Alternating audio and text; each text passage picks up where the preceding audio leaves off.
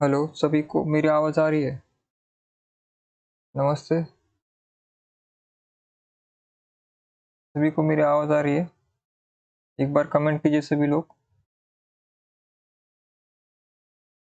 तो पिंकी जी good morning. Rekha ji very good morning. सभी को शुभ प्रभात। सभी लोग क्लास में जुड़ जाइए। आज हम आदिकाल को जो है समाप्त करेंगे। आदिकाल को समाप्त करेंगे। कल प्रश्न करेंगे और परसों से जो है भक्ति काल शुरू हो जाएगा हमारा। ठीक है, तो आदिकाल को हम आज खत्म करने वाले हैं। प्रणाम निधि जी। प्रणाम सभी को, प्रणाम सभी को, गुड मॉर्निंग। सभी स्टूडेंट एक बार जुड़ जाइए जिससे हम क्लास शुरू करेंगे।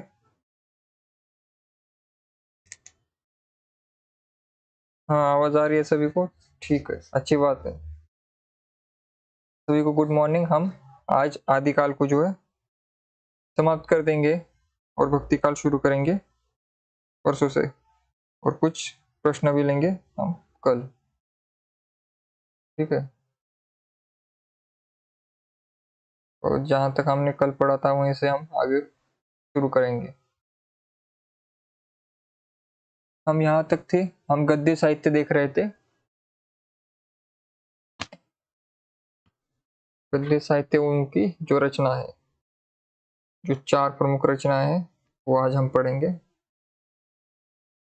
और फिर आदिकाल के प्रमुख कथन जो है, पंक्तियां, सारी प्रमुख पंक्तियां उन्हें पढ़ेंगे जिस जो कि परीक्षा में आती है। ठीक है,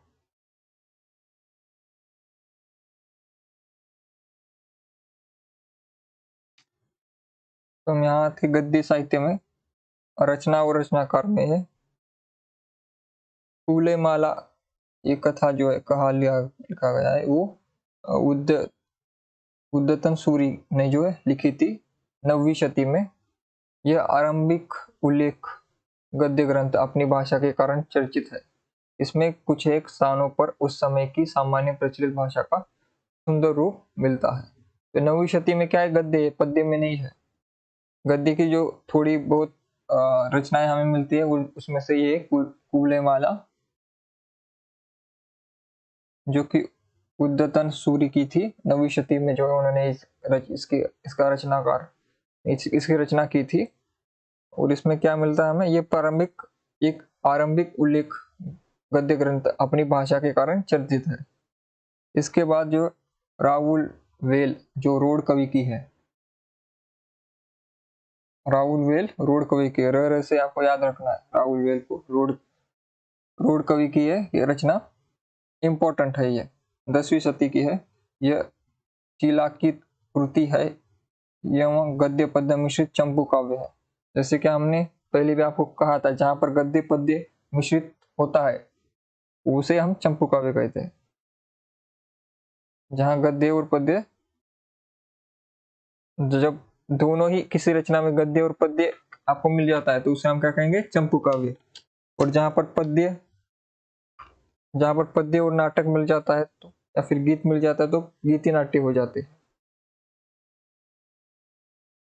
जैसे उर्वशी है, गीति नाट्य है तो नाटक, लेकिन उसमें काव्य का भी समावेश है। काव्य किस रूप में है, गीत के रूप में, उसे हम गीति नाट्य कहते हैं। तो ऐसी रचनाएं जिसमें जो है आपको मिलते तो नाटक है लेकिन उसमें काव्य का भी अंश मिलता है तो वो, या फिर गीत का अंश मिलता है तो हम उसे गीति नाट्य कहते हैं। और अगर किसी रचना में अगर हमें पद्य और गद्य दोनों की मिश्रण, यानी कि कुछ कविता लिखी है उसके बाद गद्य में लिखा है, फिर उसके बाद पद्य में यानी कि कविता लिखी है, फिर गद्य लिखा है, तो इस तरह की कोई मिश्रित रचना हो तो हम उसे चंपू काव्य कहते हैं। चंपू काव्य वर्तमान समय में लिखा नहीं जाता। लगभग जब हमारा आधुनिक काल शुरू हुआ तो चंपू काव्य लिखना कम हो गया। जयशंकर प्रसाद ने जो है आधुनिक काल में एक चंपू काव्य लिखा था। उसके बाद हमें ज्यादा उल्लेख नहीं मिलते चंपू काव्य, और कभी प्रचलित भी नहीं रही चंपू काव्य विधा। ठीक है, तो राहुल वेल क्या है, चंपू काव्य है। इसमें राहुल नामक नायिका का नक्षिक वर्णन है। राहुल राहुल क्या है? लड़की का नाम है, लड़की का नाम नहीं है, किसी राजा का नाम नहीं है, ये एक स्त्री का नाम है, राहुल वेल। तो उनका नक्शे वर्णन यानी कि उनका रूप सौंदर्य, उन वो कैसे सुंदर थी, ये सारी बातें जो है उसमें इस राहुल वेल में जो रोड कवि ने लिखी है। इससे हिंदी में नक्षिक वर्णन की परंपरा का आरंभ होता है। नक्षिक वर्णन की परंपरा का आरंभ कहाँ होता है? रोड कवि की राहुल वेल।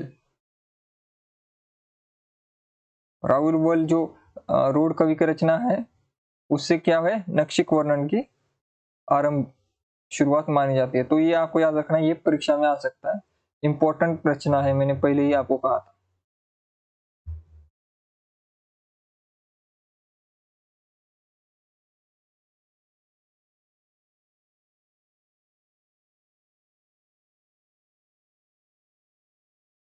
आपको पहले ही कहा था।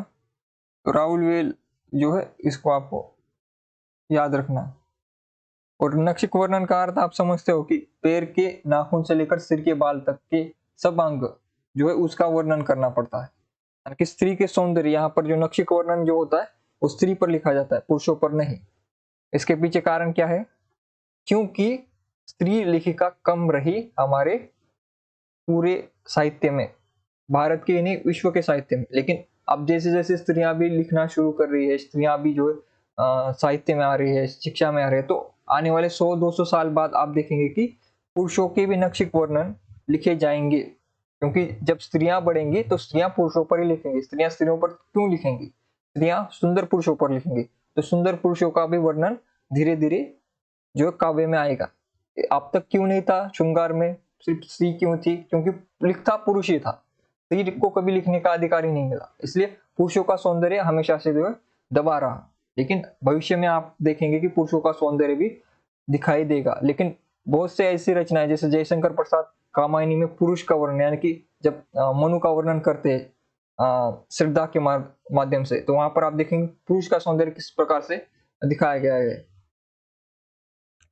तो वो वर्णन स्त्रियां भी बाद में करेंगे, जब उन्हें लिखने का अधिकार मिलेगा।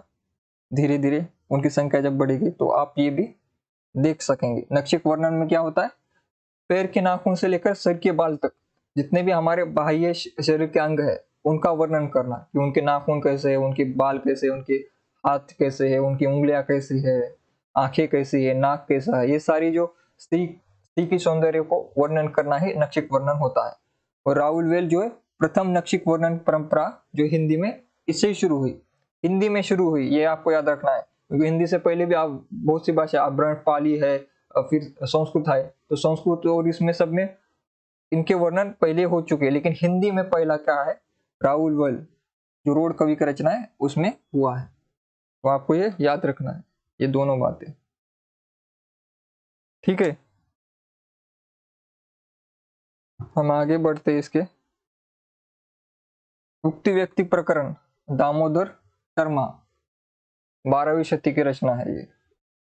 तो बनारस और आसपास के प्रदेशों की संस्कृति और भाषा आदि पर प्रकाश डाला गया है। इससे उस युग के काव्य रूपों की जानकारी प्राप्त होती है। इस दृष्टि से इसे हजारी प्रसाद द्विवेदी ने अत्यंत महत्वपूर्ण माना।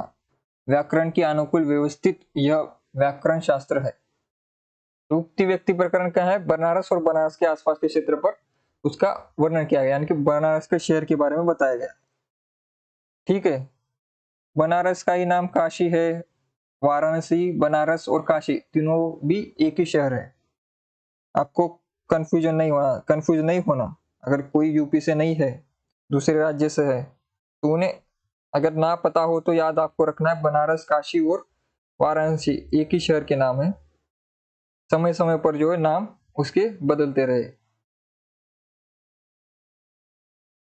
ठीक है, और बनारस क्या है, कहाँ पर है? यूपी में है, उत्तर प्रदेश में बनारस। तो उक्ति व्यक्ति प्रकरण में बनारस का वर्णन है। बनारस और आसपास के प्रदेशों की संस्कृति और भाषा आदि पर प्रकाश डाला गया। तो बनारस की संस्कृति क्या है? बनारस किस भगवान का शहर माना जाता है? भगवान शिव का जो है बनारस शहर है।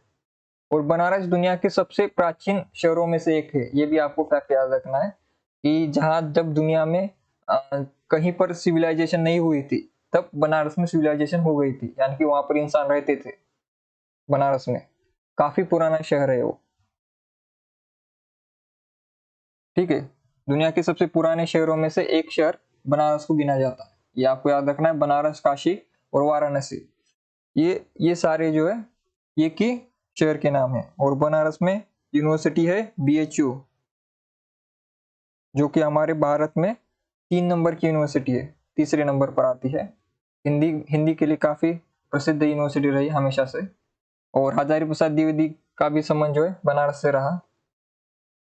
ये सारी बातें आपको याद रखनी है। तो युक्ति व्यक्ति प्रकरण किसका है? दामोदर शर्मा का है। कब रचना की गई थी इसकी? 12वीं शती में। ठीक है। और व्याकरण के अनुकूल व्यवस्थित यह व्याकरण शास्त्र है। तो ये क्या है? व्याकरण शास्त्र है। उसमें है ये व्याकरण शास्त्र, और बनारस की संस्कृति और भाषा के बारे में इसमें लिखा गया है। फिर वर्ण रत्नाकर ज्योतिषवर ठाकुर, ज्योतिषवर जो ठाकुर जो उनकी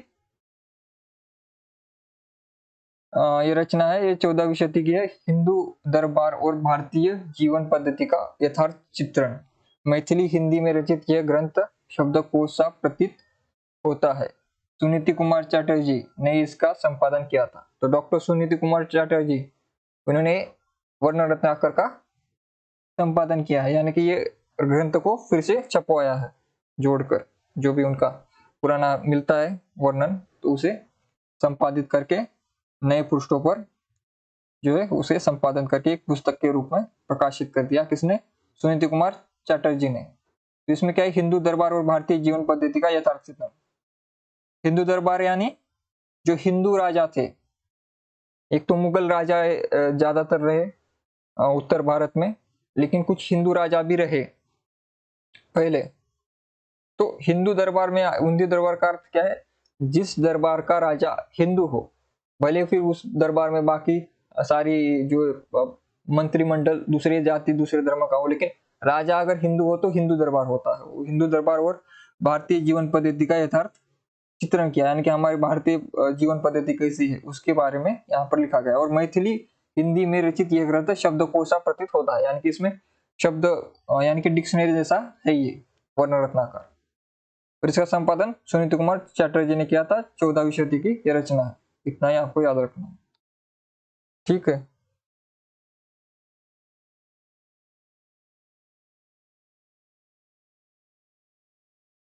तो वर्ण रत्नाकर क्या है? वर्ण रत्नाकर शब्दकोश है। व्याकरण ग्रंथ कौन सा है? उक्ति व्यक्ति प्रकरण। ये पूछा जाता है किस प्रकार का ग्रंथ है, तो इसे आपको लगाना व्याकरण का ग्रंथ है, उक्ति व्यक्ति प्रकरण।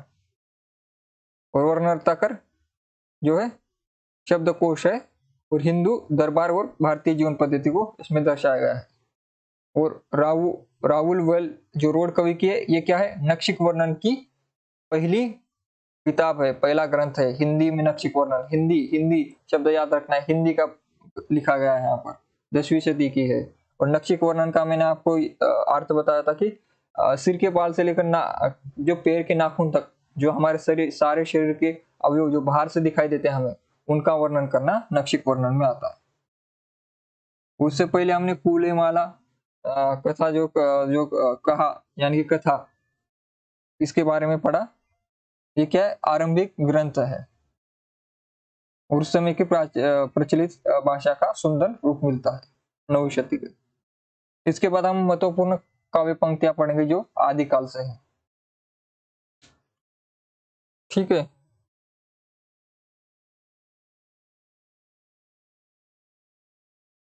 किसी को कोई डाउट है?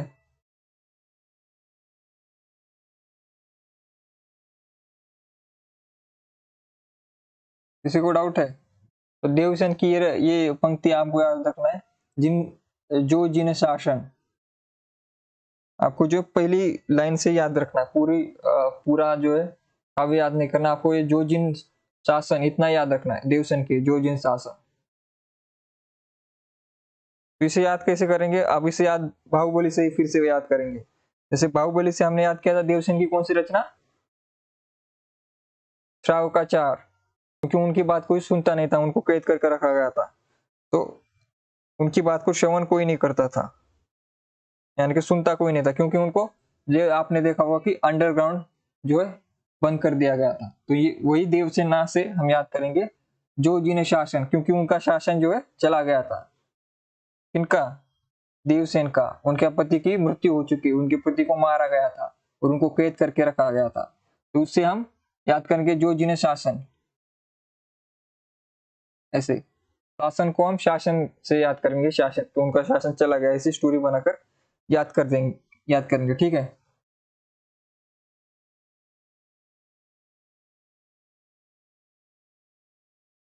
तो जो जिन्हें शासन भाषयत तो वही कही ड सारू, ये पूरी पंक्ति है, लेकिन आपको याद कितना करना है? जो जिस शासन से ही याद करना है, इतना याद करना है कि देवसेन का शासन चला गया था। तो शासन की बात जब आएगी, जो जिन्हें शासन, जो जिन्हें शासन, तो आपको देवसेना, देवसेना, बाहुबली, बाहुबली करके याद कर लेना। तो जो जिन्हें शासन किसकी पंक्ति है? देवसेन की। और जैसे हमने श्रावकाचार भी याद कर लिया था देवसेन से। अभी देखिए देवसेन को हमने बाहुबली से जोड़ दिया, तो रचना हमको कैसे फटाक से याद हो गई। कुछ जो है उसे रट्टा मारने की कोई जरूरत ही नहीं थी। तो ऐसे हम अगर कहानी से जोड़कर पढ़ेंगे तो जल्दी याद हो जाएगा, क्योंकि ऐसी स्टोरियां ही जो है इंसानी दिमाग को जल्दी याद होती है। इंसानी दिमाग को बाहुबली, ऐसे मूवी, ये सब जो है जल्दी याद हो जाता है, कहानी, कविता, गीत जल्दी याद हो जाते हैं। तो इसके साथ जोड़कर हम पढ़ेंगे तो याद होगा, ये फोटो मेमोरी जो है अच्छी होती है। तो देवसेन को हमने कैसे याद किया? उनको, देवसेन को याद करना, ये जब देवसेन आएंगे कभी परीक्षा में, तो आपको देवसेना, बाहुबली की देवसेना को याद करना है कि वो उसे बंद कर दिया गया था, उसका उसकी उसको कोई श्रवण नहीं करता था, उससे श्रावकाचार याद करना, और फिर उसका शासन चला गया था, और जो जिन्हें शासन, ये दो याद रखना है, वो पंक्ति और उनकी रचना। इतना भी दो बात अगर आपने याद रख ली तो लगभग देवसेना का काम हो जाएगा, देवसेन का काम हो जाएगा। फिर सरप्पा। सरप्पा कौन थे आपको पता है? सरप्पा पहले सिद्ध थे, और सरप्पा सिद्धों में भी आते, नाथों में भी आते। सरप्पा जो है, सरप्पा आपको पता है सिद्धों की हमने देखी परंपरा कैसे शुरू हुई, कि वो हिंदू धर्म में जो भी कुरीतियां थी, जो भी वर्ण भेद था, और वर्ण भेद में जो अत्याचार होता था, जब जो सबसे निचला तबका था उस पर। और आपको पता है सिद्धों में ज्यादातर जो भी 84 सिद्ध हुए हैं, 84 सिद्धों में से जो ज्यादातर जो सिद्ध है वो किस वर्ण से आते? चौथे वर्ण से आते हैं। इसलिए सरप्पा भी उसी से आते हैं, उसी वर्ण से। तो यहाँ पर वो पंडित की बात तो करेंगे ही, क्योंकि उन्होंने पंडितों का खंडन किया था और अपना मंडन किया था सिद्धों ने। आपको याद है, आपने पढ़ा भी था। तो उसी से याद करना है कि आपकी जब पंडित की बात आएगी तो उसे आपको सरप्पा से लगाना है। तो पंडये सरल सत्य बखानी, देही बुद्धि बसत न जाने। तो ये क्या कहते हैं? पंडितों का जो मंडन हो चाहे, उनको उनको खंडित करने का जो है काम उन्होंने इस पंक्तियों में किया है। तो जो पंडित की बात आएगी, और आगम वेग पुरोही, ये जो आगम की बात, पुराणों की, पुरोहित की, ये सारी, या फिर पंडितों की बात आएगी ना, तो आपको सीधा सिद्धों पर लगाना है। सिद्धों में सरप्पा को जो याद करके लगा देना है। ये 2014 में, 2016 में आ गई थी।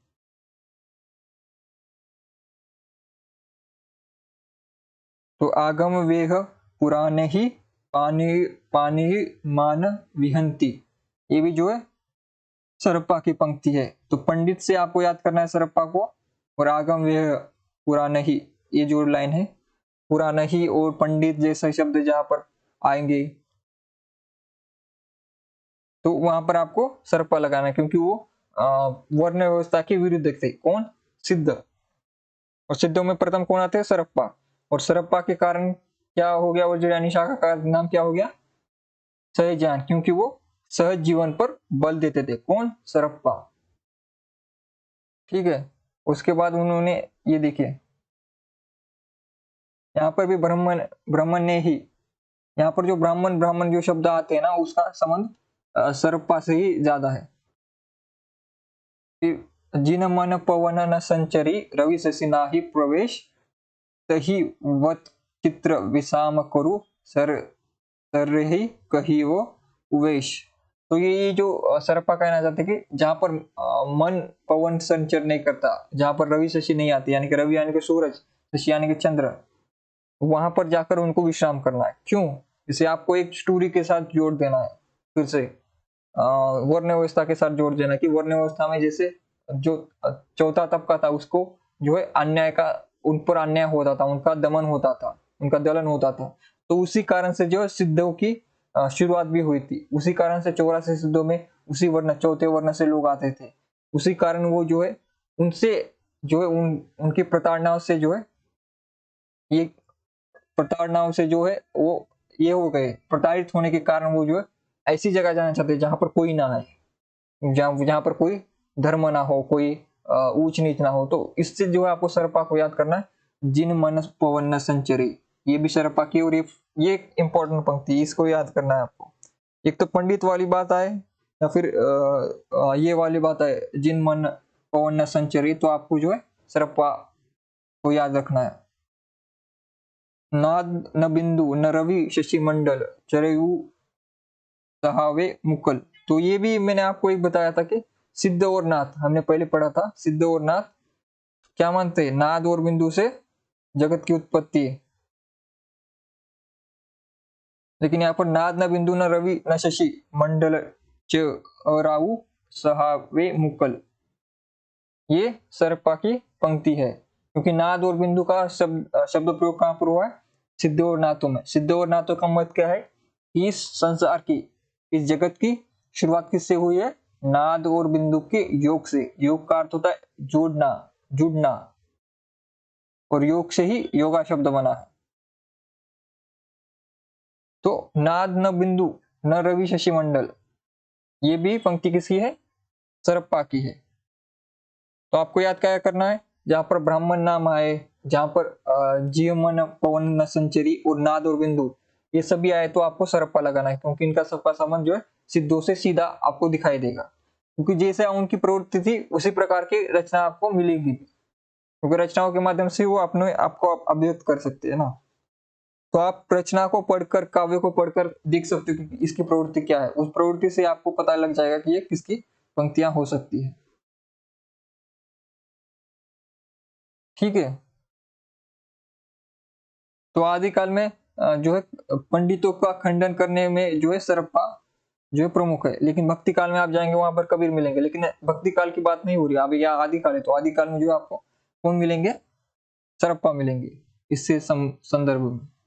तो आपको सरपा को याद रखना है। ठीक है।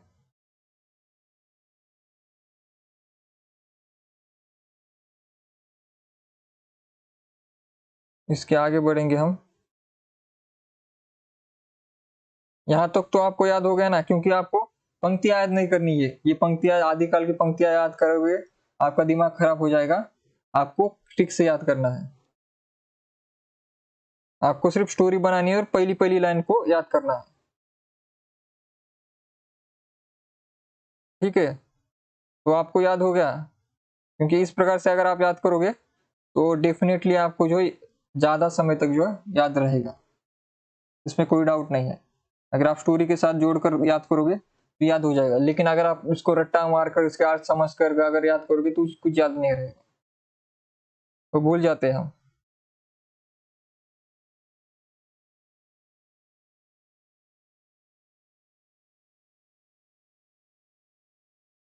ठीक है।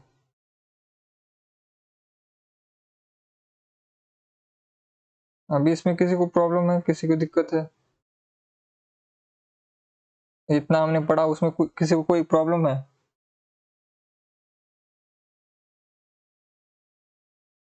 जी, गार्गी जी ने अच्छी ट्रिक बना ली है। वहां पर जहां ब्राह्मण रवि शशि, वहां पर सरप्पा का उल्लेख आएगा, उसे समझ लेना है आपको। क्योंकि आपको सिद्धों को समझना है, सिद्ध कैसे शुरुआत हुई, किसी एक पंथ की शुरुआत क्यों होती है, किसी एक पंथ के विरुद्ध में। जैसे हम वाद विवाद संवाद पढ़ते हैं, वाद विवाद संवाद जो है जगत के सारे जगहों पर ये नियम लागू होता है, वाद विवाद संवाद। और जल्दी से बताइए, वाद विवाद संवाद किसकी एक रचना है? किसके ग्रंथ का नाम वाद विवाद संवाद है? एक आलोचक है, बड़े आलोचक हिंदी के, उनके ग्रंथ का नाम भी है यही, वाद विवाद संवाद। जेएनयू के थे प्रोफेसर। ठीक है, वाद विवाद संवाद जो है नामवर सिंह की एक रचना भी है, वाद विवाद संवाद। ठीक है, और ये वाद विवाद संवाद कहाँ पर आता है? आप जब कार्ल मार्क्स को पढ़ेंगे वहां पर भी आता है, लेकिन वो जगत में जहां पर भी आप देखेंगे नया वाद शुरू होता है तो वहां पर भी ये पूरे जगत पर लागू होता है वाद विवाद संवाद। जैसे हिंदू धर्म का वाद पहले से चल रहा था, लेकिन उसमें विवाद किसने किया? सिद्धों ने आकर विवाद कर दिया कि आप जो वर्ण व्यवस्था रखते हो वो हमें पसंद नहीं है, हम उसके खिलाफ हैं। और उन्होंने विवाद कर दिया और अपना नया पंथ चला दिया सिद्ध का। और सिद्धों में भी फिर से सिद्धवाद तैयार हुआ। सिद्धवाद का भी जो फिर विवाद हो गया, कैसे? सिद्धों से जो वो मद्यपान करते थे या फिर मांस खाते थे उसका विरोध हुआ, और उससे अलग होकर जो है नाथ पंथ स्थापित हो गया। तो देखिए, एक पंथ स्थापित होता है उसका विरोध करके दूसरा पंथ स्थापित होता है, दूसरे का विरोध करके तीसरा स्थापित होता है, और तीसरे का चौथा, ये सब सर्कल चलता रहता है हमेशा। तो ये आपको याद रखना है। इसके बाद अगली पंक्ति है,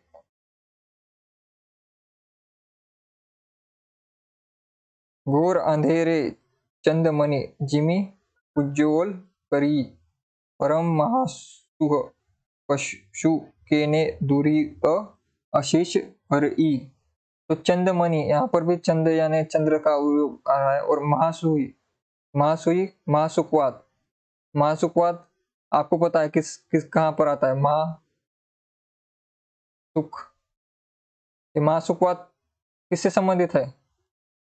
जल्दी कमेंट कीजिए। नाम और सिंह, वाद विवाद संवाद, जी बिल्कुल। अनुष्का जी, स्नेहा जी, रेखा जी, सीमा जी, गार्गी जी, सुप्रभात सिंह जी। तो महासुखवाद का संबंध किससे है? जल्दी बताइए। हमने पढ़ा था महासुखवाद का संबंध सिद्धों से है। सिद्ध जो पुरुष और स्त्री का आलिंगनबद्ध जोड़ा, उसे क्या कहते थे? महासुखवाद। और वो किसके समान है? निर्वाण, बुद्ध में सबसे पवित्र जो होता है निर्वाण यानी कि मुक्ति, उसके अनुरूप। जैसे हमारे हिंदू धर्म में कैसा होता है? मुक्ति, अंतिम क्या होता है हमारा? अंतिम लक्ष्य क्या है? मुक्ति। मुक्ति यानी कि आत्मा का परमात्मा में मिलन।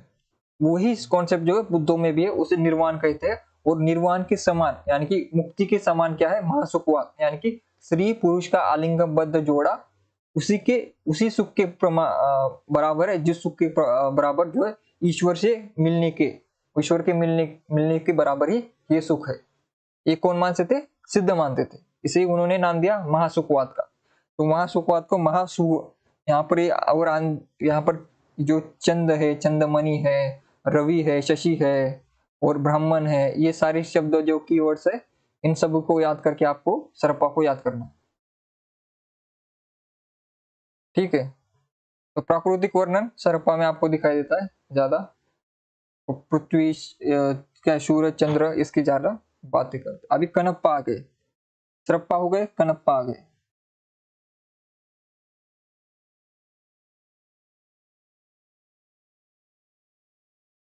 तो कनप्पा को याद कर। डोम्बी, डोम्बी एक जाति होती है, डोम जिन्हें डोम कहा जाता है। होला डोम्बी तो पुचमी सद्भावे सदगुरु पाव पई जाइन पुनि जिन उरा। तो डोम्बी जो है आपको पता है एक जाति होती है हमारे हिंदू धर्म में।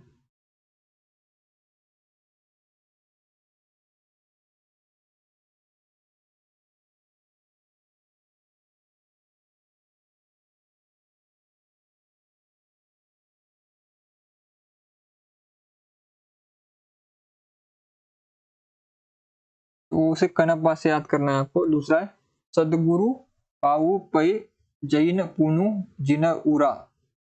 ये कनप्पा की दो याद करनी है आपको। फिर स्वयंभू का राम कहा सरी ये सोहिंती।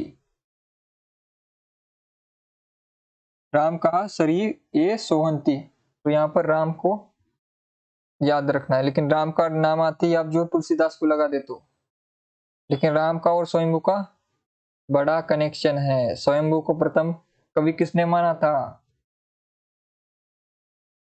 राम कुमार वर्मा ने। तो राम जी का संबंध इनके साथ बड़ा गहरा है। तो इनकी पंक्ति भी राम कहा सरी यह सोहंती, स्वयंभू की पंक्ति है, और स्वयंभू को प्रथम कवि भी राम कुमार वर्मा ने ही माना है। ठीक है, ये दोनों बातों को जोड़कर याद रखिए। फिर पुष्प दंत, इनको क्या कहा जाता है? कुंड। और इनको प्रथम कवि किसने माना है? शिव।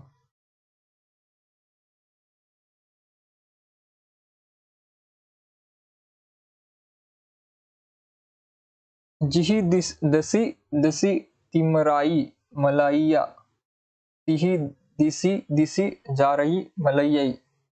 और ये फिर हेमचंद्र, उसके बाद पुष्पदंत को क्या कहा गया है? कुंड उनका दूसरा नाम है, और उसे उनको बहुभूति नाम से जो है उनको बहुभूति कहा जाता है, ये भी आपको याद रखना है। फिर हेमचंद्र है, हेमचंद्र, फिर हेमचंद्र का क्या है? ये संगमी कऊ निंदड़ी, भला हुआ जो मारिया, बहनी मारा कुंत। तो ये जो है भला हुआ जो मारिया, ये इंपॉर्टेंट है पंक्ति, तो इसे याद करना है आपको। भला हुआ जो मारिया, बहनी मारा कुंत, हेमचंद्र की। फिर अब्दुल रहमान, इनकी अब्दुल रहमान की रचना क्या है? संदेश, संदेश राष्ट्रक।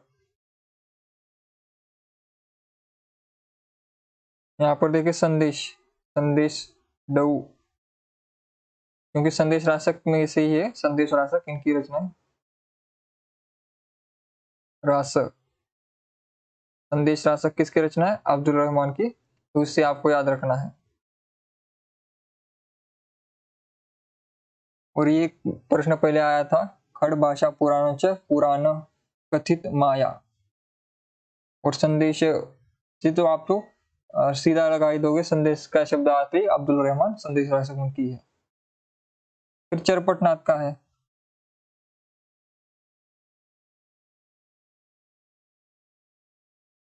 तो उनकी ये पंक्ति, किसका बेटा किसकी बहू, आप सवारथ मिलैया सहू। ये याद करना है आपको, किसका बेटा किसकी बहू, चरपटनाथ।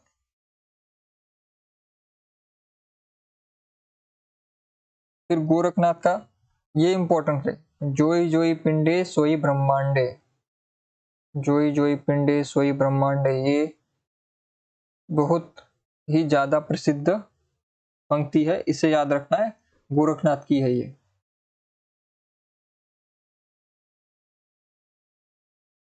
किसकी पंक्ति है? गोरखनाथ की, क्योंकि इसे याद रखिए, ये इंपॉर्टेंट है, ये कभी भी आ सकता है। ये जो है जोई जोई पिंडे सोई ब्रह्मांडे कभी भी आ सकता है, इसलिए इसको याद रखना है आपको।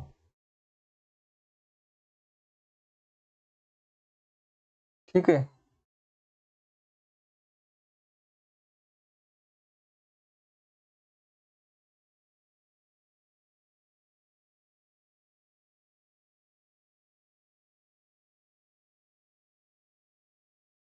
तो इसका अर्थ क्या होता है मैं आपको एक बार बता देता हूँ। जो जो पिंडे सोई ब्रह्मांड, यानी कि जो जो हमारे शरीर के भीतर है वही ब्रह्मांड में है।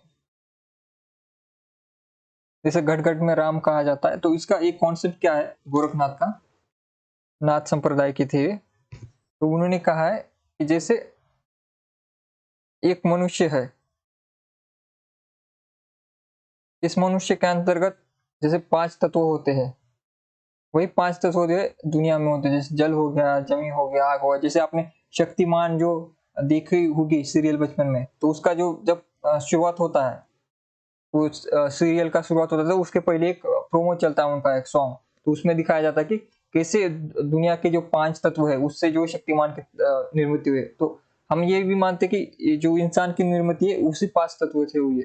तो जो इंसान के भीतर है, जो तत्व हमारे शरीर के भीतर है, वही तत्व जो है आपको पूरे विश्व में, पृथ्वी पर यानी और गैलेक्सी में, पूरे ब्रह्मांड में वही तत्व मिलेंगे जो हमारे एक किसी इंसान के अंतर्गत है। तो इसका 2 प्रकार से अर्थ है। एक तो साइंटिफिक अर्थ है कि जो हम जिस तत्व से हम बने हैं वही तत्व जो विद्यमान पूरे विश्व में, ब्रह्मांड की उस तत्व से जो है इंसान की निर्मित हुई है। तो ब्रह्मांड और इंसान एक है।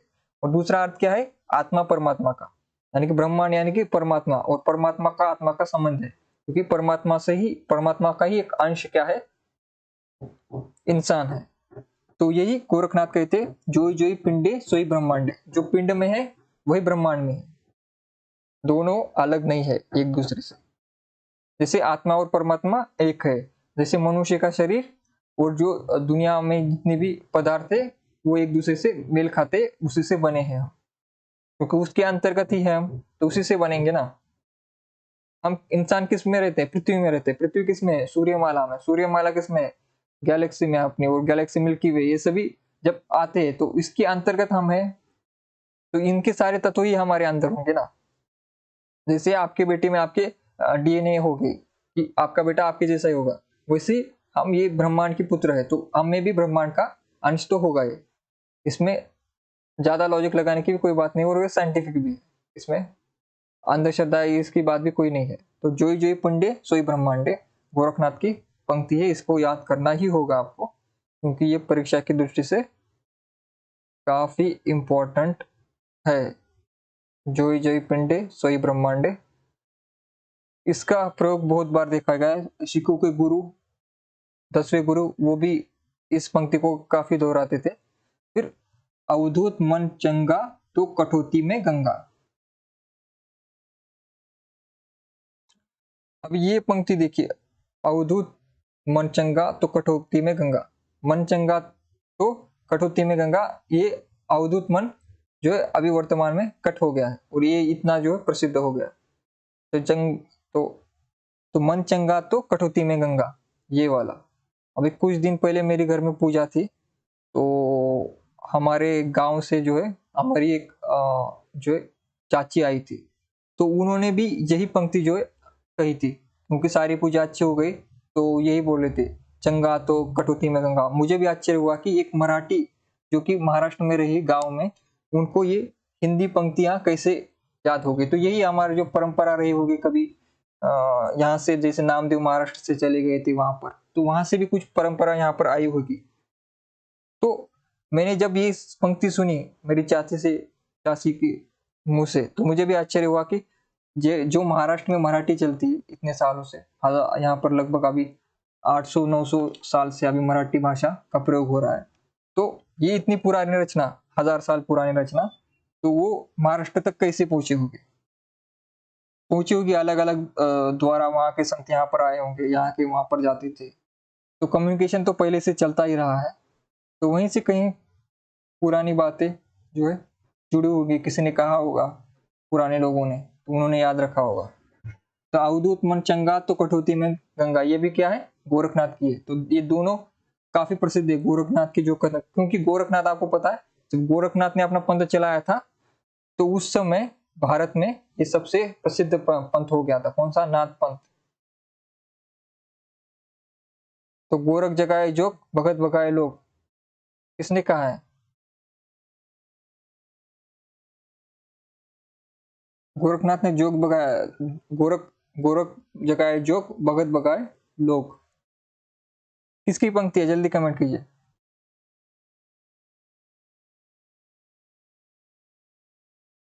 फिर सोवता अवधू, ये यहाँ पर इम्पोर्टेंट,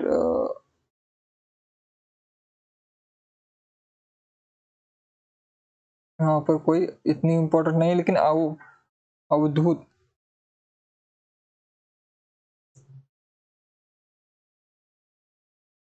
लेकिन ये अवधू अवधू शब्द आएगा ना, उसको याद कर लीजिए। अवधू शब्द सरप्पा से, ये नहीं, गोरखनाथ से, ये शब्दों को आपको याद करके रखना है। यहाँ पर ये प्रयोग आपको किस में मिलेगा? गोरखनाथ में। जी तुलसीदास की पंक्ति है, तुलसीदास। महाराष्ट्र से एक ही संत गए थे, संत नामदेव। जो नामदेव है वो नामदेव देव जो संत है वो महाराष्ट्र के थे। वो कहाँ चले गए? पंजाब चले गए, पंजाब। और आप सिखों के धर्म ग्रंथ गुरु ग्रंथ साहिब, उनमें भी जो है नामदेव की पंक्ति आपको मिल जाएंगी। तो महाराष्ट्र के थे, इन्होंने मराठी में कम लिखा, हिंदी में ज्यादा लिखा, क्योंकि वो महाराष्ट्र से चले गए थे, फिर वापस आए भी नहीं महाराष्ट्र। और इनका संबंध किससे? वारकरी संप्रदाय से। किनका? नामदेव का।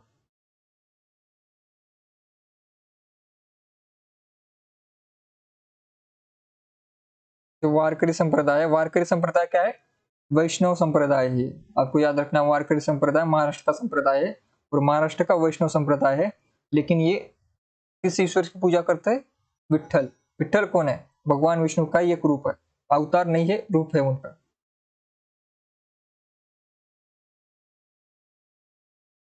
तो ये आपको याद रखना, वारकरी संप्रदाय का संबंध नामदेव से, और नामदेव वैष्णव थे और विठ्ठल भगवान की जो है पूजा करते हैं। वारकरी संप्रदाय महाराष्ट्र में आज भी काफी प्रसिद्ध, और इनकी भक्ति जो है काफी देखने लायक आज भी है, कि बड़े श्रद्धा भाव से जो है महाराष्ट्र के वारकरी जो है हर साल जो है पंढरपुर, इनका जो गढ़ है पंढरपुर, ये शब्द भी आपको याद रखना, परीक्षा में आ सकता है।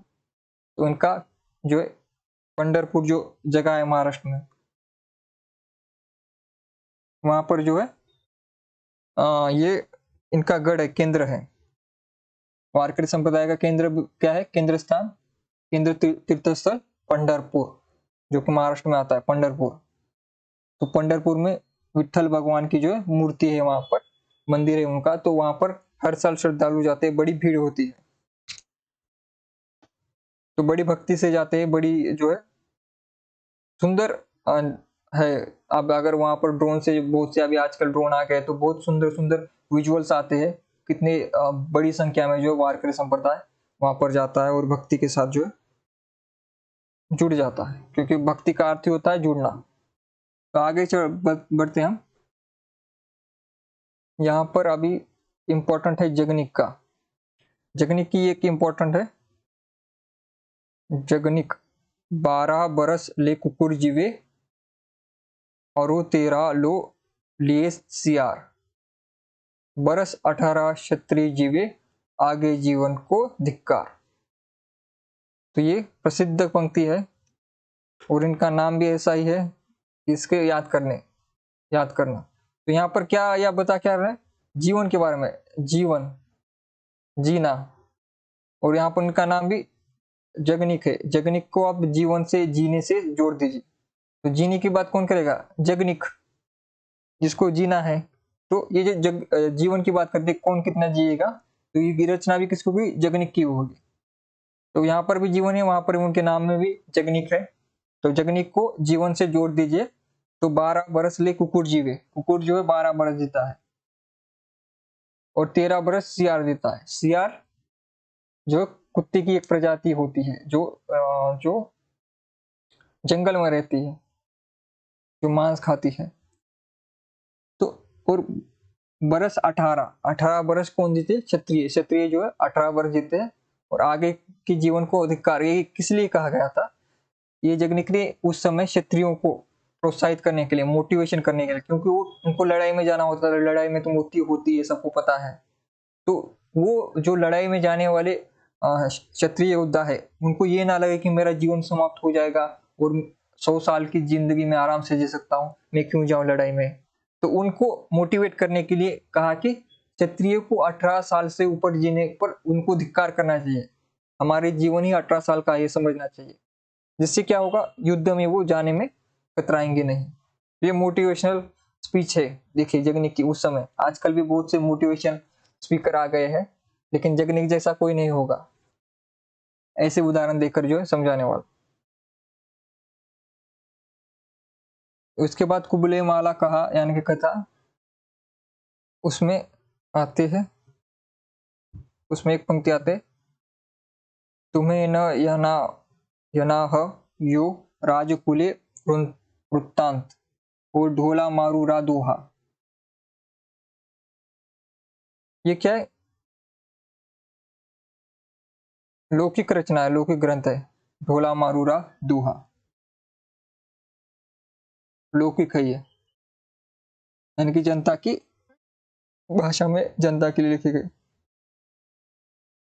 सोरठियो दोहा भलो भली मरवन री बात, जो बनी छाई धन भली तारा छाई रात। ये ढोला मारू रा दोहा की पंक्तियां हैं। फिर बसंत विलास, बसंत विलास को भी आपको याद रखना है। इन्हीं पर कोयल पूजई पूजई युवती मनोर विधुर योगिनी धुलई पूजन मयन किशोर। ये जो है बसंत विलास की, वहां पर क्योंकि बसंत विलास जो है योगिनी का वीर काव्य है बसंत विलास, तो यहाँ पर विधुर योगिनी शब्द भी आया है यहाँ पर, तो वहां से भी आप थोड़ा याद कर सकते हो, लेकिन उतना इंपॉर्टेंट नहीं है बसंत विलास। इंपॉर्टेंट कौन है? खुसरो बाबा, अमीर खुसरो। किसके जनक है ये? कल पढ़ाया था मैंने। कौन सा वाद्य यंत्र, कौन से वाद्य यंत्र की जनक है ये? कुछ याद आ रहा है? कौन सा वाद्य यंत्र था जिसके जनक है ये अमीर खुसरो? और ये खड़ी बोली के प्रथम कवि है, खड़ी बोली के प्रथम कवि है। खड़ी बोली की शुरुआत भी आमिर खुसरो से ही मानी जाती है। आमिर खुसरो की इन पंक्तियों को आचार्य शुक्ल ने इस प्रकार उद्धृत किया है। नीचे खुसरो की कुछ पंक्तियां और दोहे गीत दिए जाते हैं। इस प्रकार से शुक्ल जी ने अपने किताब में लिखा था। एक थाल मोती से भरा, सबके सिर पर औंधा धरा, चारों ओर वह थाली फेरे, मोती उसकी एक न गिरे। जो है आकाश की है, आकाश के बारे में कह रहे हैं। ये क्या है? पहेली है। ये क्या है? इसे कहते हैं पहेली। ये पहेलियां हैं। इसके बाद दूसरी पहेली एक है उनकी प्रसिद्ध, एक नार ने अचरज किया, सांप मारे पिंजड़े में दिया, जो जो सांप ताल को खाए, सूखे ताल सांप मर जाए। दिया और बत्ती, दिया बाती जो होती उसके बारे में, दिए के बारे में बोल रहे हैं, क्योंकि खुसरो की पंक्तियां हर बार, खुसरो की जो है पहेलियां हर बार आती है। खुसरो की जो है पहेलियां, मुकरिया, दो सुकने, ये सभी परीक्षाओं में हमेशा आती है। ठीक है, तो खुसरो को थोड़ा पढ़ना होगा आपको। एक नार दो को ले बैठी, टेढ़ी होके बिल में बैठी, जिसके बैठे उसे सुहाए, खुसरो उसकी बल बल जाए। ये है पायजामा, जो पहना जाता है पायजामा। तो ये सारी पहेलियां हैं।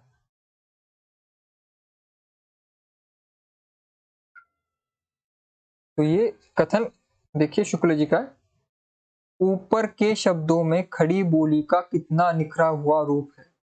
यानी कि देखिए जो आमिर खुसरो की खड़ी बोली है वो इतनी शुद्ध है, यानी कि वर्तमान समय के अनुसार, तो वर्तमान समय का कोई भी बच्चा हिंदी वाला, हिंदी पट्टी का, या फिर भारत में जो भी हिंदी समझता है, वो खुसरो की कौन सी भी पलिये को आसानी से समझ सकता है, क्योंकि उन्होंने उतनी ही निखरी खड़ी बोली में लिखा था, उसमें अपभ्रंश को उन्होंने नाम मात्र भी नहीं रखा था। तो खड़ी बोली का इतना निखरा हुआ रूप है, तो ये पढ़कर शुक्ल जी को भी जो है अच्छा लगता है। और शुक्ल जी भी यहाँ पर कथन करते कि ऊपर के शब्दों में खड़ी बोली का कितना निखरा हुआ रूप है, अब इनके स्थान पर ब्रज भाषा के रूप देखिए। तो ये तो खड़ी बोली हो गया। फिर क्योंकि आपको पता है गीत उन्होंने ब्रज भाषा में लिखे थे, किसने? खुसरो ने। लेकिन पहेलियां मुकरिया दो सुकने किसमें लिखे हैं उन्होंने? खड़ी बोली में। आपको याद रखना है, ब्रज भाषा गीतों में, काव्य में ज्यादा अच्छी मानी जाती थी आधुनिक काल तक। ये तो आदिकाल ही चल रहा है। तो आदिकाल में भी हिंदी में खुसरो के कौन से रूप मिलते हैं हमें? दो रूप, एक तो खड़ी बोली वाला रूप मिलता है, दूसरा रूप मिलता है उनका ब्रज। ब्रज गीतों के लिए, काव्य के लिए है, खड़ी बोली उनकी पहेलियों के लिए, मुकरियों के लिए उपयोगी है। तो अभी ब्रज में देखेंगे उनकी, चूक बही कुछ वासो ऐसी, देश छोड़ भयो परदेसी, एक नार पिया को भाने, तन वाको सगरा जो पानी।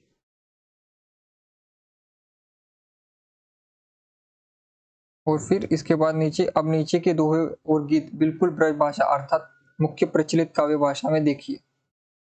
ये भी ब्रज में है और ये मुख्य प्रचलित काव्य भाषा ब्रज में है।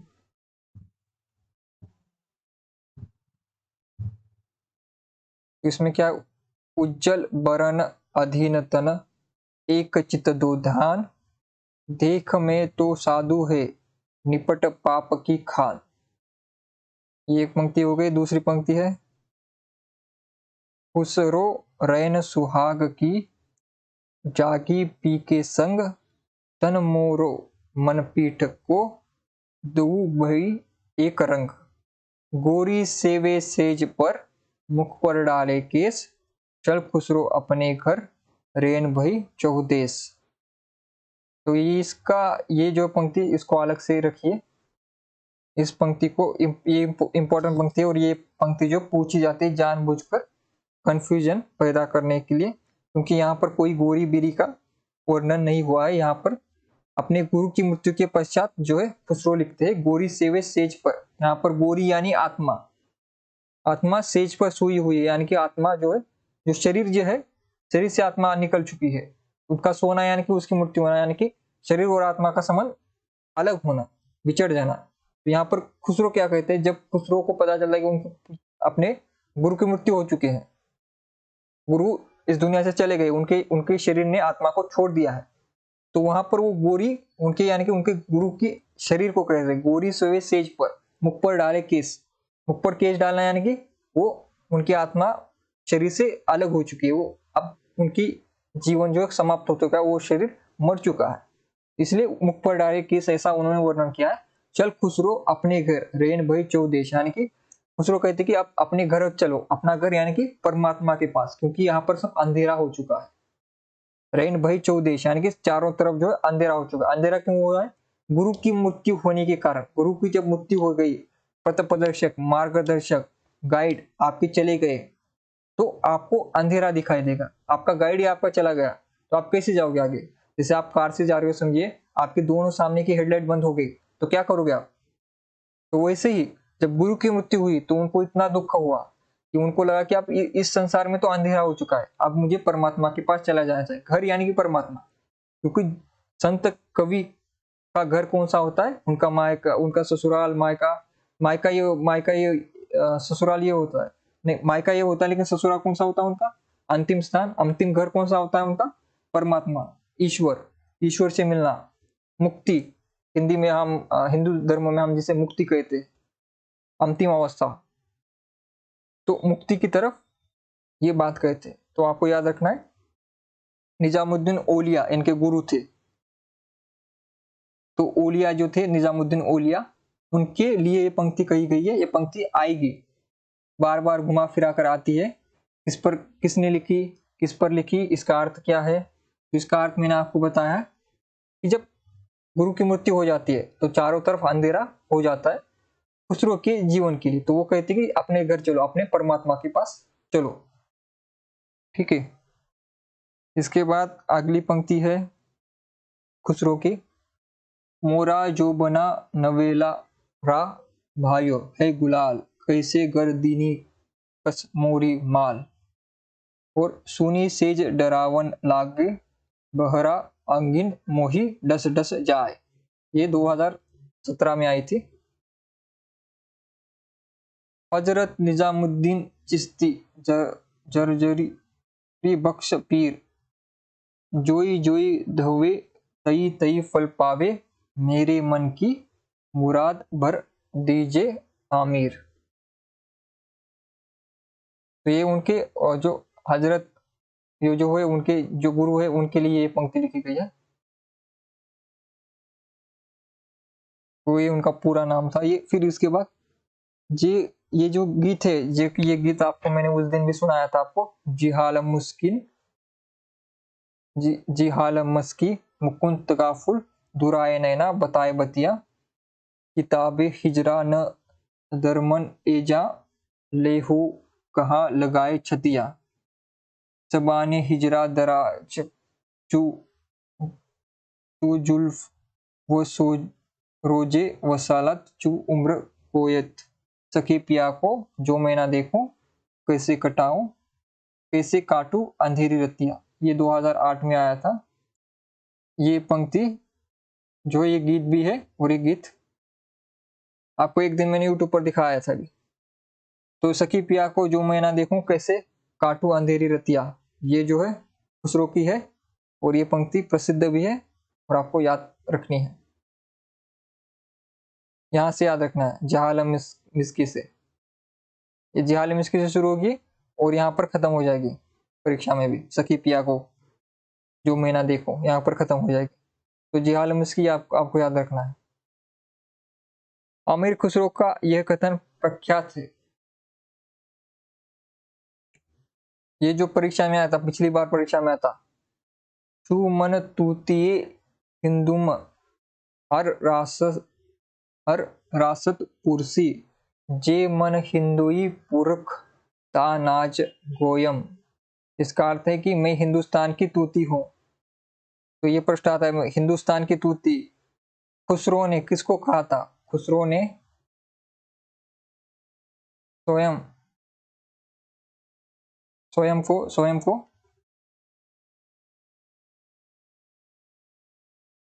को जो है कहा था। खुसरो ने स्वयं को क्या कहा था? मैं हिंदुस्तान की तूती हूँ। हिंदुस्तान की तूती किसने कहा था? खुसरो ने खुद को कहा था। मैं हिंदुस्तान की तूती हूँ, अगर तुम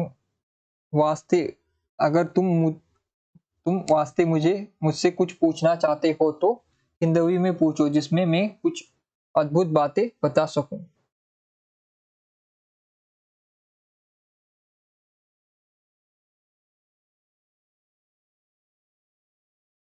अगर तुम मुझसे यहाँ पर वास्ते शायद नहीं है, यानी कि खुसरो क्या कहते हैं कि मैं हिंदुस्तान की तूती हूँ, और मुझसे अगर आपको पूछना है तो हिंदवी में पूछो। हिंदवी का अर्थ हिंदी नहीं है, मैंने आपको बार बार कहा है, हिंदवी का अर्थ हिंदी नहीं है। हिंदवी का अर्थ है हिंद प्रदेश, यानी कि हमारा जो भारत था और जो दिल्ली था, दिल्ली के आसपास की जो भाषा है। दिल्ली के आसपास क्या थी? एक तो खड़ी बोली हिंदी थी और दूसरी थी उर्दू। तो इससे मिश्रित और फारसी अरबी का प्रभाव था, क्योंकि मुगलों ने दिल्ली पर काफी सालों तक शासन किया और उनकी कामकाज की भाषा ही फारसी थी। तो फारसी, अरबी, उर्दू, हिंदी और वहाँ की लोकल बोलचाल में अगर थोड़ी अवधि आ गई या फिर भोजपुरी आ गई, दूसरी कोई भाषा भी आ गई, तो उस सभी को हम जब मिक्स कर देते हैं तो क्या होता है? उसे हम क्या नाम देते हैं? हिंदवी। तो ये हिंदवी भाषा किसकी थी? खुसरो की भाषा थी। यानी कि कहीं ना क्या चाहते हैं खुसरो कि मेरी यहाँ की जो लोकल लैंग्वेज है, जहां पर मैं दिल्ली में रहता हूँ, वहां की जो लोकल लैंग्वेज है उसमें मुझसे बात करो, तो उसमें मैं एक्सपर्ट हूँ, उस भाषा में मैं आपसे अच्छी बातें कर सकता हूँ। तो यही उन्होंने कहा है अपने लिए। तो मैं हिंदुस्तान की तूती हूँ, ये प्रश्न भी आया था, तो याद रखना, मैं हिंदुस्तान की तूती हूँ खुसरो के लिए कहा गया है, खुसरो ने ही कहा है। और हिंदवी शब्द का मैंने पहले भी बताया था प्रयोग, खुसरो ने ही किया है, हिंदवी। इसके बाद अंतिम है विद्यापति। कीर्तिलता से उनके, कीर्तिलता और कीर्तिपदा का दो रचनाएं। तो कीर्तिलता से क्या है? देसिल बैना सब जन मिठा एते सन जप ओ अवट्टा। ये जो है देसिल बैना सब जन मिठा, ये जो है ये आपको याद रखना है, ये इंपॉर्टेंट है।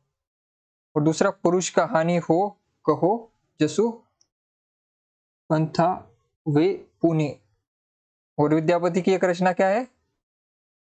पुरुष परीक्षा। किसकी रचना है? विद्यापति की रचना है पुरुष परीक्षा। तो यहाँ पर पुरुष कहानी को याद करना है उससे।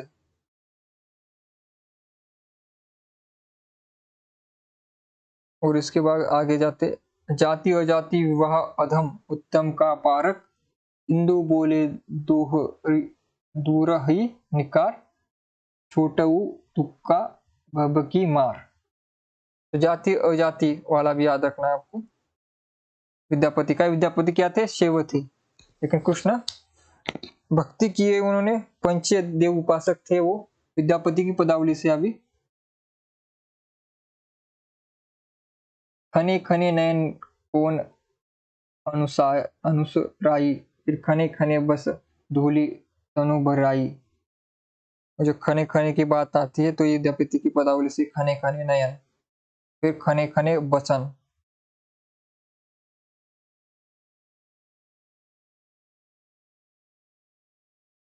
फिर ये सरस बसंत समय भल पावली, ये भी आपको याद रखना है, विद्यापति की पदावली से है।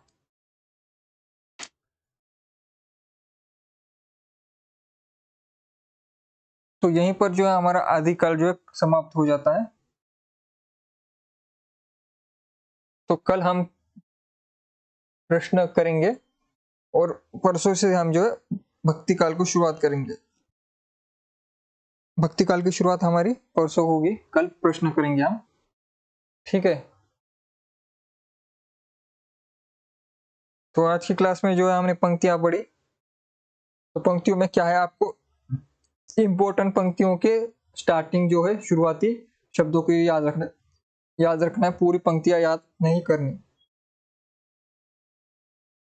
जैसे पुरुष कहानी याद रखना है आपको, विद्यापति की है, क्योंकि उनकी एक रचना भी है पुरुष परीक्षा नाम से। और फिर एक कीर्तिलता से, देसिल बहना सब जन मिठा। कीर्तिलता रचना हमें प्राप्त होती है, कीर्तिपदा का प्राप्त नहीं होती। और फिर खुसरो का ये, मैं हिंदुस्तान के तूती हूँ, ये भी आपको याद रखना है।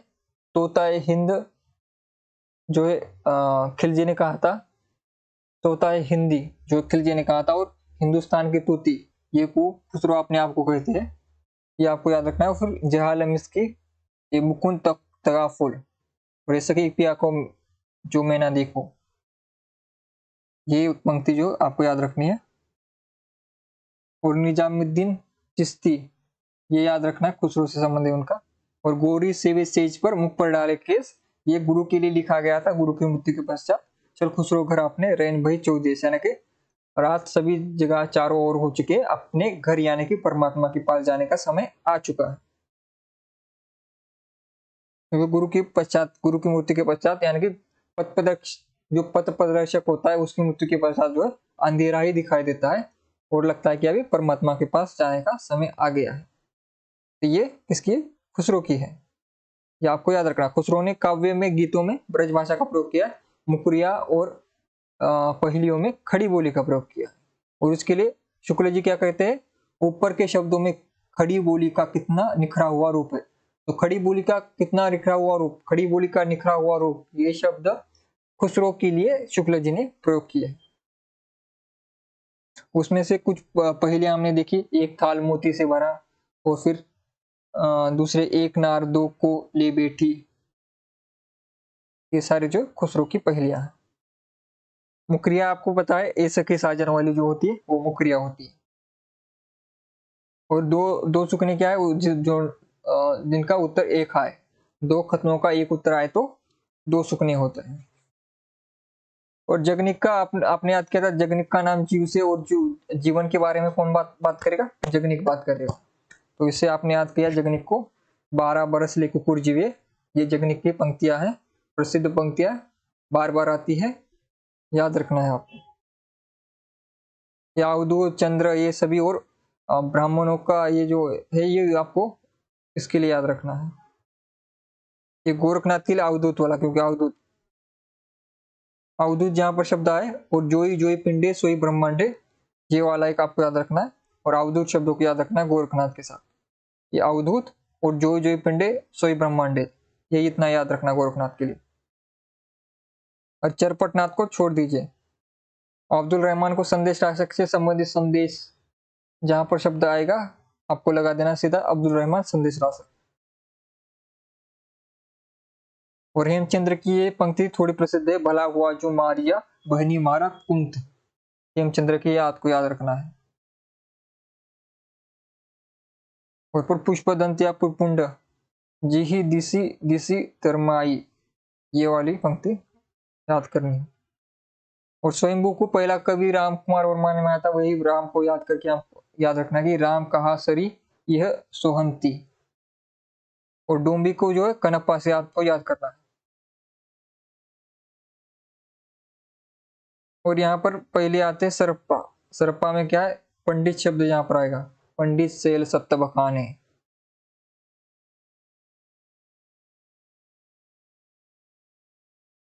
और देही बुद्धि बसंत न जाए, यानी कि खंडन किसका करते, पंडितों का खंडन कौन करते, सरप्पा। सरप्पा कौन थी, सिद्ध थी, प्रथम सिद्ध। तो जहां पर पंडित शब्द आएगा और पुरोहितों की बात होगी, वहां पर जो सरप्पा आते हैं। यहाँ पर भी ब्राह्मण है, यहाँ पर आ गया। फिर जह मन पवन न संचरी, ये जो है प्रसिद्ध पंक्ति, इसको आपको याद रखना, सरप्पा की है। और नाद और बिंदु का आपका मैंने बताया था संबंध सिद्ध और नादों से है। तो इससे पहले हमने सबसे पहले कौन सी, देवसेन की याद की थी, जो सिंह शासन। देवसेन को बाहुबली से याद किया था, जो जिन शासन, ये पंक्ति है। और वर्ण रत्नाकर, जिसका संपादन सुनीति कुमार चटर्जी ने किया था, इसको भी हमने याद किया था। और दूसरा क्या, मुक्ति व्यक्ति प्रकरण क्या है, व्याकरण ग्रंथ है ये। वर्ण रत्नाकर 14वीं का है और ये 12वीं शताब्दी का है। उससे पहले कुबले माला का था, कहा ये, और राहुल वेल, ये क्या है, नक्षिक वर्णन की प्रथम ग्रंथ है। हिंदी में नक्षिक वर्णन है कि सिर के बाल से लेकर पैर के नाखून तक स्त्री का पूरा वर्णन करना, शरीर का, वो नक्षिक वर्णन में आता है। नक्षिक वर्णन की रचना कौन सी है, रोड कवि की राहुल वेल। राहुल नाम की जो है स्त्री थी, राहुल ये जो नाम है एक स्त्री का नाम है।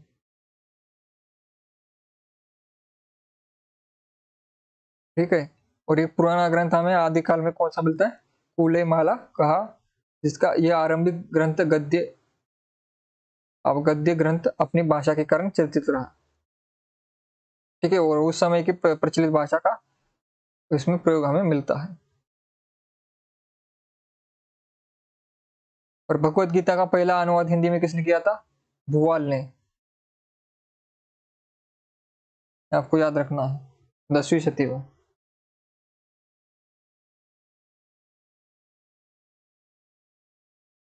और ये बच्चन सिंह ने जातीय कवि किसे कहा है, अभी फंस गए सभी लोग,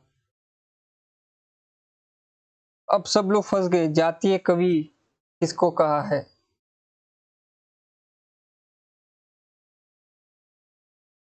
यहाँ पर मैं चेंज कर देता हूँ, पढ़ लिया होगा।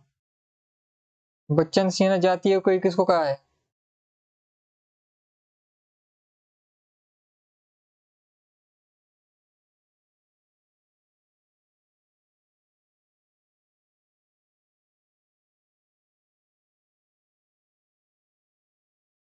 अरे सिंह जी, याद तो पंक्तियां आपने याद कर ली ना अच्छे से।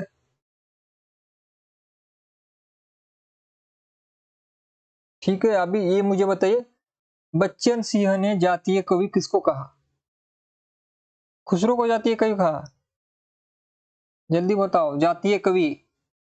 हमने आज नहीं पढ़ा, ये कल पढ़ा था, बच्चन सिंह का कथन कल पढ़ा था, आज नहीं पढ़ा था, मैंने पीपीटी जानबूझकर चेंज कर दी, इसके पीछे वाली पीपीटी में उसका उत्तर है। तो कल पढ़ा था हमने, किसको पढ़ रहे थे कल हम, जातीय कवि।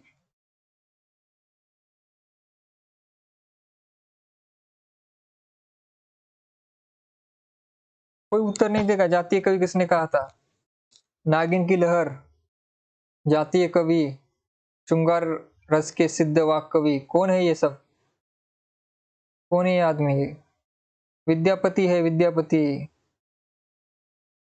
विद्यापति की नागिन की लहर, कल बहुत जो है नागिन नागिन कर रहे थे सभी लोग, नागिन नागिन, वही नागिन। नागिन को, नागिन किसने कहा था, निराला ने।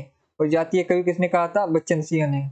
हजारी प्रसाद द्विवेदी ने क्या कहा था, श्रृंगार रस के सिद्ध वाक कवि। ठीक है। अभी फटाफट मुझे ये बताइए, शुक्ल जी ने विद्यापति को क्या माना? शृंगारिक माना, भक्त माना? जल्दी बताइए, शृंगारिक माना, भक्त माना या फिर रहस्यवादी माना? शुक्ल जी ने विद्यापति को क्या माना है, जल्दी बताइए। और फिर हजारी प्रसाद द्विवेदी ने क्या माना ये भी बता दीजिए। और जॉर्ज ग्रियर्सन ने क्या माना ये भी बता दीजिए। इतने तीनों के बताकर जो हम क्लास बंद कर देंगे, खत्म कर देंगे। अगर उत्तर आएंगे तो क्लास खत्म होगी, अगर उत्तर नहीं आएंगे तो क्लास खत्म नहीं होगी। सबको मैं बेंच पर खड़ा कर दूंगा। फिर कहां पर खड़ा कर दूंगा? बेंच पर, ठीक है। और आज जो है सभी सभी स्टूडेंट जो है एक बार लाइक शेयर कमेंट कर दीजिए। सभी लोग वीडियो को लाइक कीजिए, कमेंट कीजिए वीडियो, क्योंकि कमेंट नहीं आ रहे, शेयर कीजिए और अंत में सब्सक्राइब कीजिए चैनल को, ठीक है। तो आप जो है सभी स्टूडेंट जो भी सारे अच्छे हैं, क्योंकि पिछली क्लासेस में जो है मैंने देखा लाइक कमेंट शेयर जो है बिल्कुल नहीं आ रहे।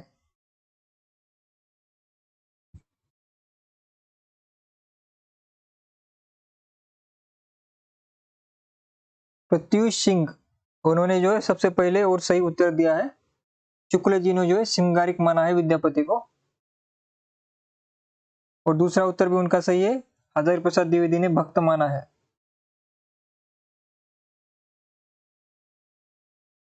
तो देखिए भक्त किसने माना है? आचार्य प्रसाद द्विवेदी ने विद्यापति को भक्त माना है, शुक्ल जी ने श्रृंगारिक माना। और जॉर्ज ग्रेसन, हमने एक ट्रिक याद की थी कि जॉर्ज ग्रेसन इंडिया के थे नहीं, वो तो बाहर के थे।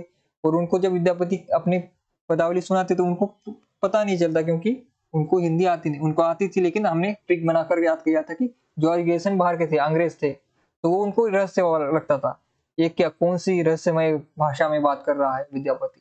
तो रहस्यवादी से हमने जॉर्ज ग्रेसन को याद किया था, ठीक है।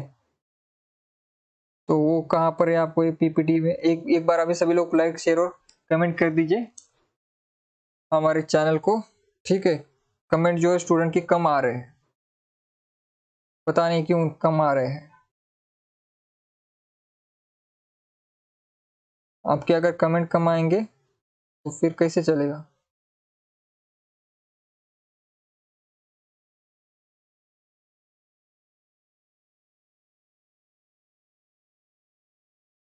ठीक है, तो आज की क्लास जो है यहीं पर हम समाप्त कर देंगे।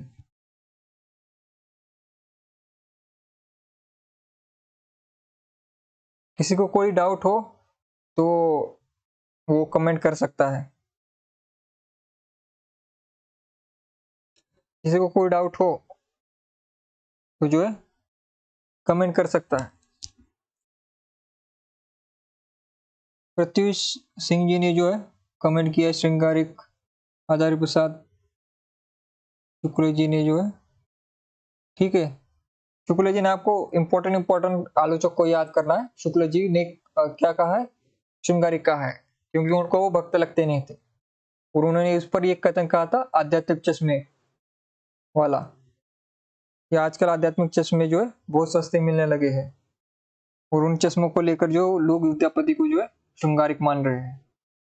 ये शुक्ल जी का ही कथन था।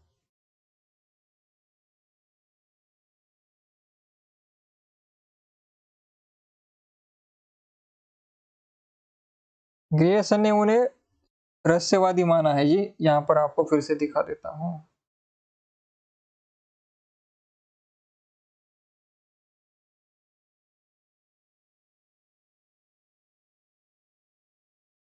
एक सेकंड रुकिए आप सभी। ये देखिए आप सभी को कंफ्यूजन हो रहा है। मैंने आप कितनी बार ट्रिक के साथ बताया था, जॉर्ज ग्रियर्सन इंडिया के थे नहीं। विद्यापति उनको अपनी कविता सुनाते, उनको समझ नहीं आता, वो कहते हैं क्या रहस्यवादी बातें करे, किस भाषा में, इंग्लिश में बोलो ना। इस ट्रिक से हमने याद किया था जॉर्ज ग्रियर्सन को रहस्यवादी। तो ट्रिक के साथ आपने याद करने भक्त लगा रहे हो आप ग्रियर्सन को। ग्रियर्सन बाबा थे ही नहीं। भक्त किसने माना था? हमने भक्त को याद किया था, ब्रज और श्याम। ब्रज में कौन होते हैं? कृष्ण जी। और श्याम किसका नाम है? कृष्ण जी। उनकी क्या की जाती है? भक्ति की जाती है ना। तो ये भक्ति से हमने याद किया था, ब्रज नंदन सहाय, श्याम सुंदर दास और हजारी प्रसाद द्विवेदी, भक्ति। और शृंगार में शुक्ल को याद किया था और जॉर्ज ग्रियर्सन को याद किया इसमें क्या था, रहस्यवादी में। आप ट्रिक को जो है भूल गए।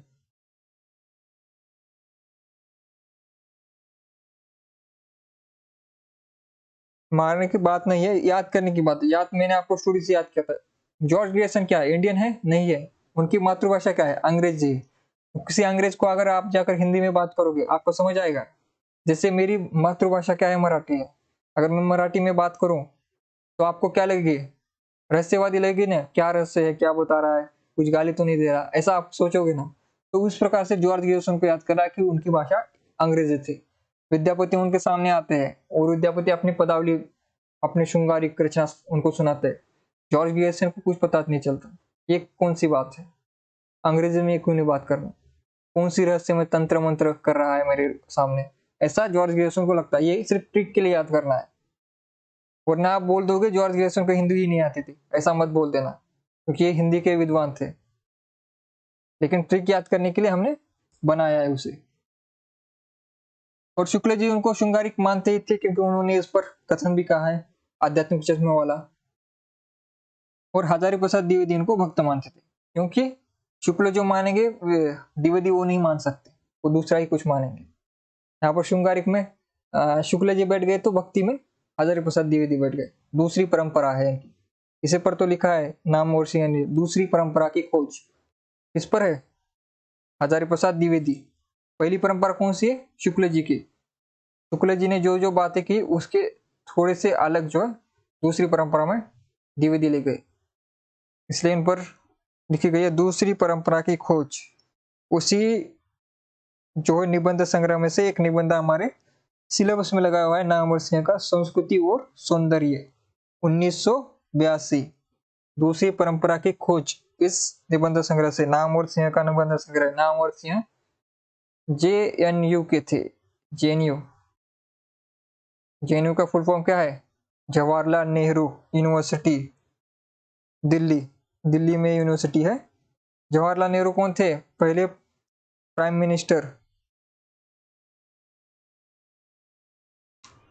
तो जवाहरलाल नेहरू ने IIT NIT इनकी स्थापना में उनका बड़ा योगदान है। जो आज हम IIT देखते हैं, NIT, और जो भी हमारे यहाँ पर जो एजुकेशन है उसमें उनका काफी बड़ा हाथ है, जवाहरलाल नेहरू जी का। तो ये भी आपको याद रखना है, क्योंकि आपके पास आपके सिलेबस में ये भी है, उच्च शिक्षा वाला पार्ट फर्स्ट पेपर में, यूनिवर्सिटीज कॉलेज का। वो तब जब हम वो पढ़ाएंगे तो आपको वहां पर भी बताएंगे यूनिवर्सिटी सारी, इंडिया की कौन सी यूनिवर्सिटी है, यूनिवर्सिटी की रैंक्स क्या है। तो आपकी आपकी सारी आपकी जो भी यूनिवर्सिटी होगी उनकी भी रैंक हम बता देंगे, कितनी रैंक पर आपकी यूनिवर्सिटी है। State university, central university, deemed university, private university, ये सारी यूनिवर्सिटीज क्या क्या होती है, कैसे रैंकिंग होती है, रैंकिंग कौन करता है, UGC कौन है, NTA कौन है, सभी बातें जो हम पढ़ेंगे पेपर 1 में। ठीक है, आज की क्लास तो यहाँ पर हम समाप्त करेंगे। किसी को कोई डाउट हो तो वो कमेंट करे, रिकॉर्डिंग क्लास वाले स्टूडेंट भी जो है कमेंट किया कीजिए। डाउट कमेंट कर सकते हैं, क्लास कैसी लगी वो कमेंट कर सकते हैं, क्लास में कोई सुधार सुझाव हो तो वो भी आप कमेंट कर सकते हैं। मैं किसी बात का बुरा नहीं मानता, आप अपनी आलोचना जो है कर सकते हैं, क्लास की आलोचना आप कर सकते हैं, लेकिन उसमें तथ्य होना चाहिए। तथ्य के साथ अगर आप आलोचना करते हो तो मुझे कभी बुरा नहीं लगता। ठीक है, जैसे आपने पहले पहले 2-3 क्लास में कहा था कि जो है आवाज में जो है कमी है, तो हमने जो है माइक ले लिया दूसरे दिन ही। तो दूसरे तीसरी क्लास से जो है हमने माइक से जो है पढ़ाना शुरू किया, तो आवाज की जो प्रॉब्लम थी हमने चेंज कर दी। फिर PPT की साइज की प्रॉब्लम थी, स्टूडेंट कह रहे थे कि PPT में जो दिखाई दे रहा है वो काफी छोटा दिखाई दे रहा है, तो हमने जो जो नई क्लासेस शुरू की उसमें PPT का साइज बढ़ा दिया, फिर PPT का कलर भी जो है चेंज कर दिया। और भी आपके कोई फीडबैक होंगे उसे हम सुनेंगे और दूसरी क्लास से, अगली क्लास से जो है हमें इम्प्लीमेंट कर देंगे उसे।